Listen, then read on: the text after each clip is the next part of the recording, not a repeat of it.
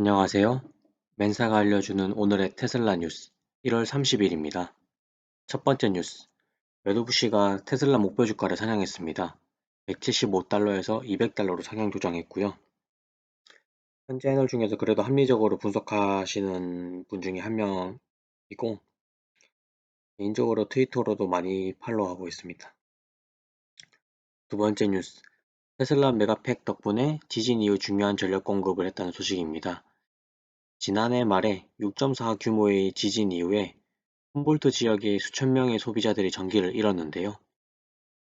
근데 여기 있던 어떤 공항의 메가팩이 중요 시설인 공항과 인근 미국 공군기지를 포함해서 17개 고객들에게 전력을 계속 공급했다고 합니다. 그리고 겨울 폭풍이 12월 말에서 11월 초에 계속 발생했는데 이때 캘리포니아를 강타했을 때도 대규모 정전이 발생했는데요. 이때도 전력을 공급했다고 합니다. 테슬라를 팔로우하고 있는 사람들은 들 외에는 이제 사실 테슬라를 잘 모르시는 분들은 테슬라가 배터리를 한다는 사실도 잘 모를 겁니다. 그들에게 와닿기 쉽게 팩트 하나만 말씀드리자면은 세계에서 단일 공장으로 제일 큰 배터리 공장을 운영하고 있는 회사는 테슬라입니다. 근데 그 테슬라가 단순하게 배터리를 만들기만 하는 건 아니고요. 배터리를 잘 만드는 건 너무 당연하고 그 배터리를 이용해서 위기사와 같이 전력을 공급하는 역할도 하고 있습니다.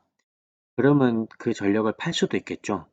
가상 발전소처럼요. 그러니까 우리 집에다가 테슬라 메가팩을 설치해서 그 VPP를 통해서 내 전기가 필요한 사람한테 돈을 주고 팔 수도 있는 겁니다. 그러니까 우리 집이 발전소가 되는 거죠. 한국에서는 잘 와닿지 않을 수 있는데 테슬라 생태계는 이렇게 외국 뉴스를 좀 접하면은 좀 더 와닿게 좀 그려볼 수 있을 겁니다. 세 번째 뉴스.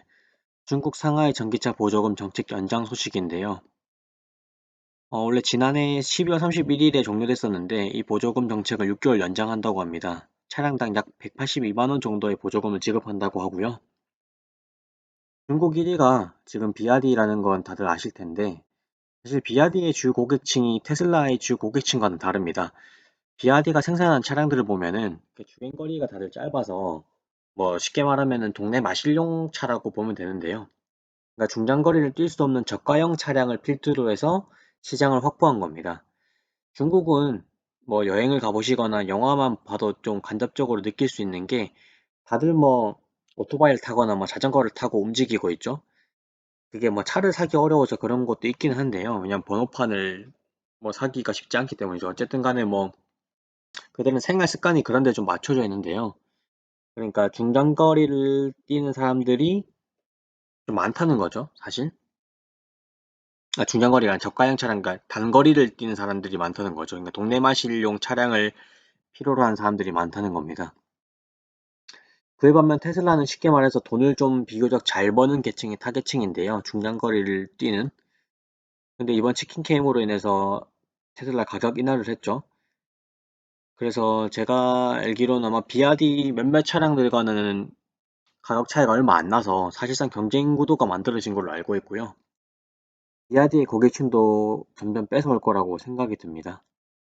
아무튼 이런 중국 시장 수요에 제일 알맞게 전략을 짠 게 BYD이고요.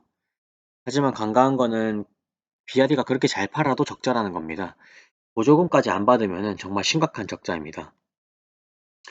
중국은 미국과 앞으로 본격적인 전기차 전쟁을 하게 될 텐데요. 전기차가 이제 다음 패권의 핵심 기술이기 때문이죠. 그래서 중국은 중국의 자국 기업을 뒤로 할 수 없고 미국도 미국의 자국 기업을 뒤로 할 수 없습니다. 따라서 중국의 비아디에게도 중국은 보조금을 퍼주는 방식으로 자국 기업을 살리면서 경쟁력을 확보할 것이고 동시에 테슬라도 어느 정도 경제를 할 수 있다고 봅니다. 이건 어쩔 수 없다고 보고요. 그리고 미국도 암만 바이든이 미국이 로비가 합법인 건 아시죠? 어쨌든 바이든이 노조가 강한 레거시 업체를 좀 옹호하면서 응원한다고 해야 되나? 그런 걸 한다고 해도 절대로 자국 기업인 테슬라를 뒤로 할 수가 없습니다. 그 일례가 바로 인플레 감축 법안이고요. 결과론적으로 보면 이건 사실 테슬라를 위한 법이거든요. 왜냐면 인플레 감축 법안이 쉽게 말하면 가장 미국적인 차를 만드는 곳일수록 보조금을 퍼주겠다는 건데 테슬라가 가장 미국적인 자동차이기 때문이죠. 일론이 민주당을 좀 많이 욕했었는데 이렇게 욕을 해도 몇몇 분들은 많이 걱정하실 거예요. 근데 너무 걱정하지 마시고 미국은 그래도 정치가 시스템적으로 돌아가기 때문에 자국 기업인 테슬라에게 큰 리스크를 안겨주지는 못할 겁니다. 맨사가 알려주는 오늘의 테슬라 뉴스는 여기까지입니다. 감사합니다.